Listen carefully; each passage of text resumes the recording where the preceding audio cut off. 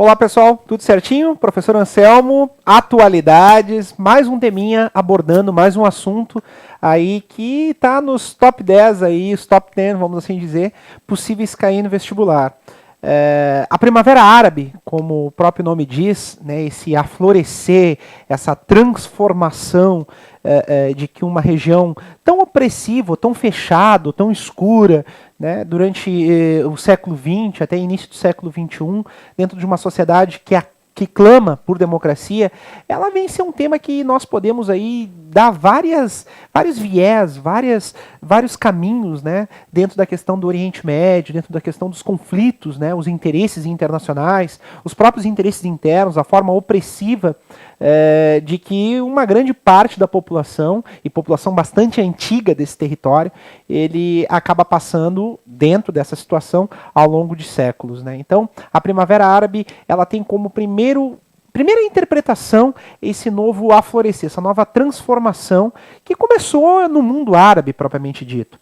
Quando eu falo mundo árabe, um ponto bastante importante para nós analisarmos, eu vou mostrar daqui a pouco nos mapas, é que ele vai além das fronteiras do Oriente Médio, né? Nós temos grande parte de países africanos com grande etnia árabe, com grandes características árabes, e não só a própria etnia árabe em específico, mas as outras etnias, as outras religiões, as características que tornam aquela região ali uma região bastante tensa, conhecida como um barril de pólvora pela comunidade internacional, porque sempre há uma discussão, há uma guerra civil, há uma guerra interna que pode desencadear num grande conflito mundial.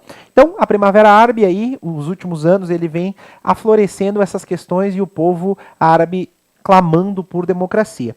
Bom, vamos começar então, vamos analisar e entender um pouquinho essas características, né?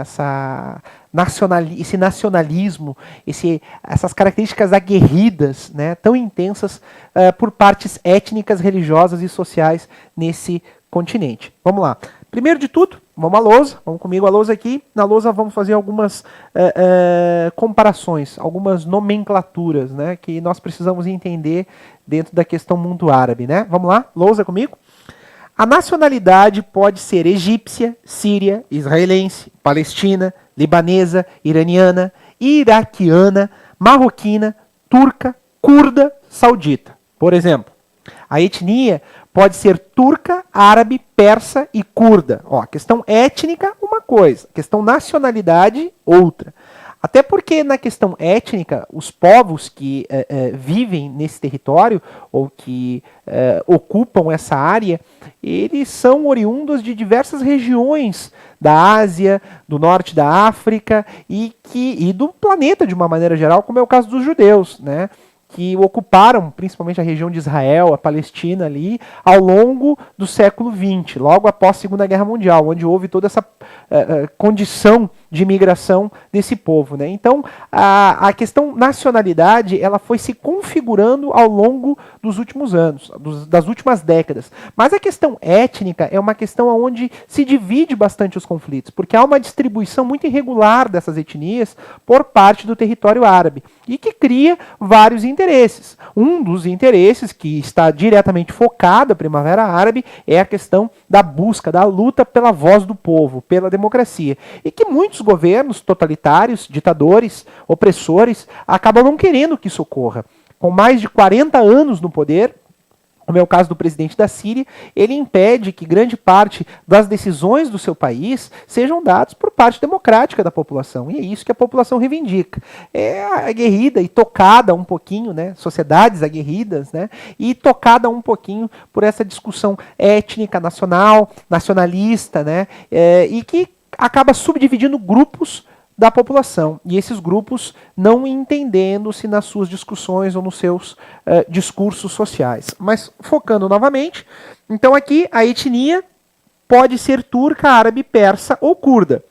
A religião pode ser judaica, cristã e islâmica. Dentro delas há subdivisões, como, no caso, né, a divisão religiosa dentro dessas bases.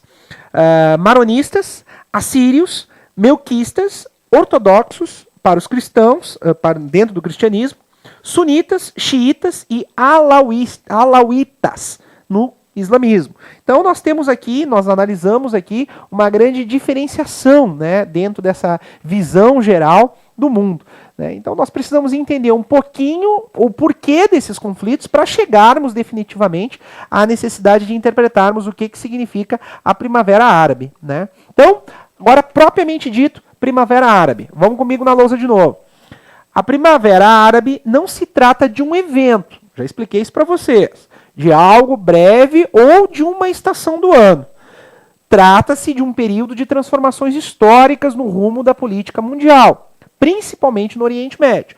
Principalmente no Oriente Médio, que é o povo, né, que está diretamente ligada a essas transformações. Então, quando nós propormos esse tema para o Enem ou para o vestibular, uma coisa que nós precisamos ter é qual o rumo político mundial destas transformações, tanto para os povos daquela região, quanto para o restante do planeta. Então é sempre importante essa ponte, né, dessas ligações sociais, dessas mudanças sociais com essa ligação social mundial.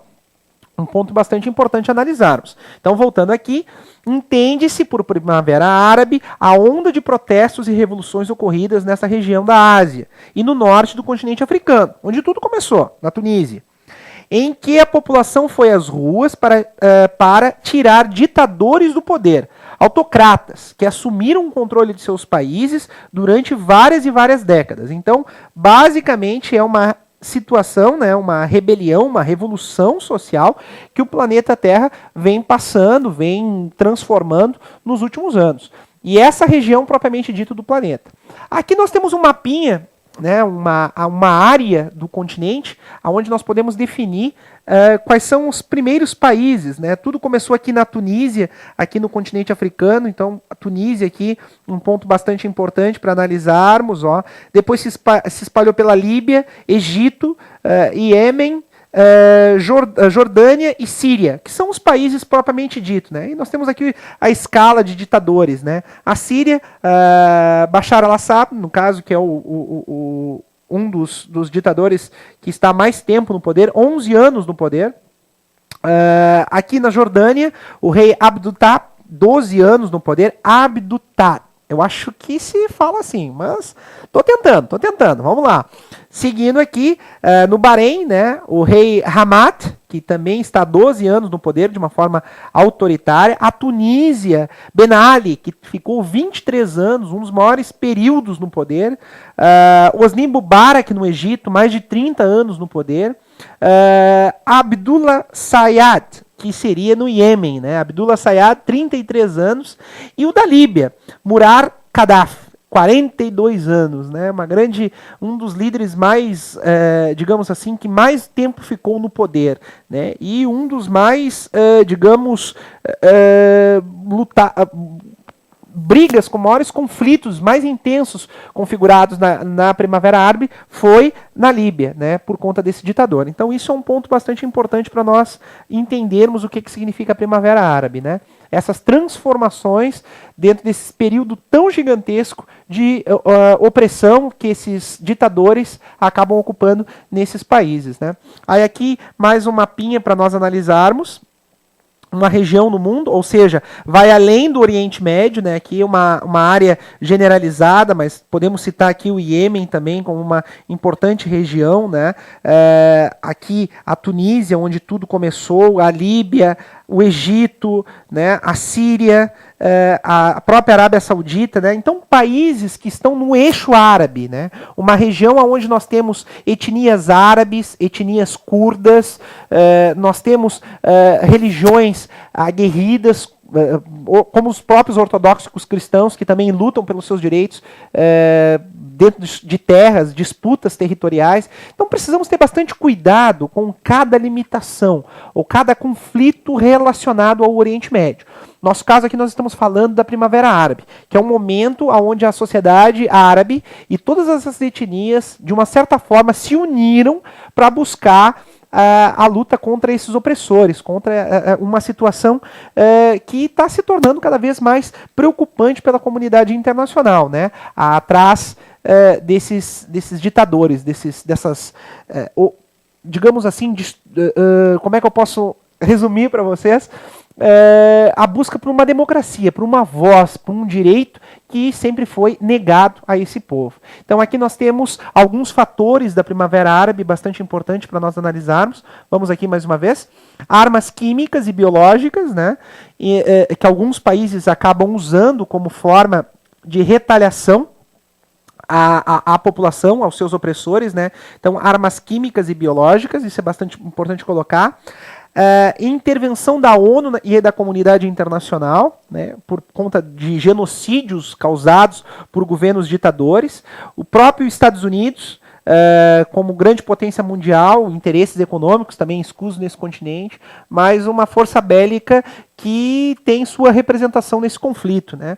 A forma de opressão em questão socioeconômica e política a nível mundial também é bastante discutido, né? E a culpa muito repassada por parte da miséria hoje vivida em alguns países árabes por parte dos Estados Unidos. É uma forma também dos líderes internos, esses ditadores, tentarem buscar verdadeiros culpados para justificar a sua forma ditadora de governo.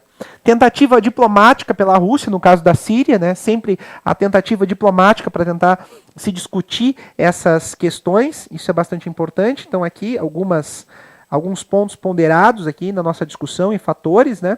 E por fim, as conflituosas identidades nacionalistas, tanto étnica, que nós já havíamos falado, quanto religiosa e nacionalidade, busca por uma estrutura nacional.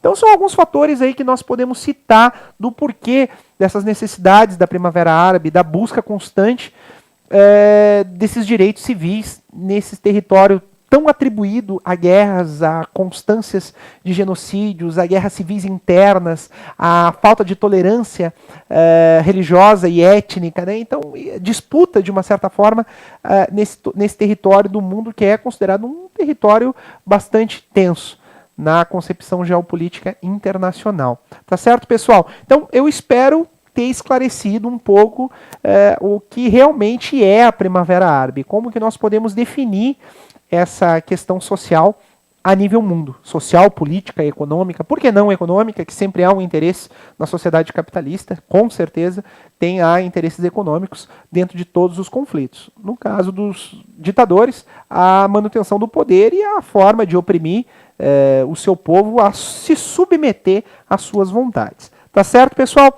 Busquem mais informações, internet, revistas. A Primavera Árabe é uma das apostas, é um dos assuntos, temas que eu, professor Anselmo, estou sugerindo para vocês estudarem, que eu acredito que é uma das apostas para o Enem, que é uma das apostas para vestibulares das universidades. Tá certo? Bom, até a próxima e continue estudando.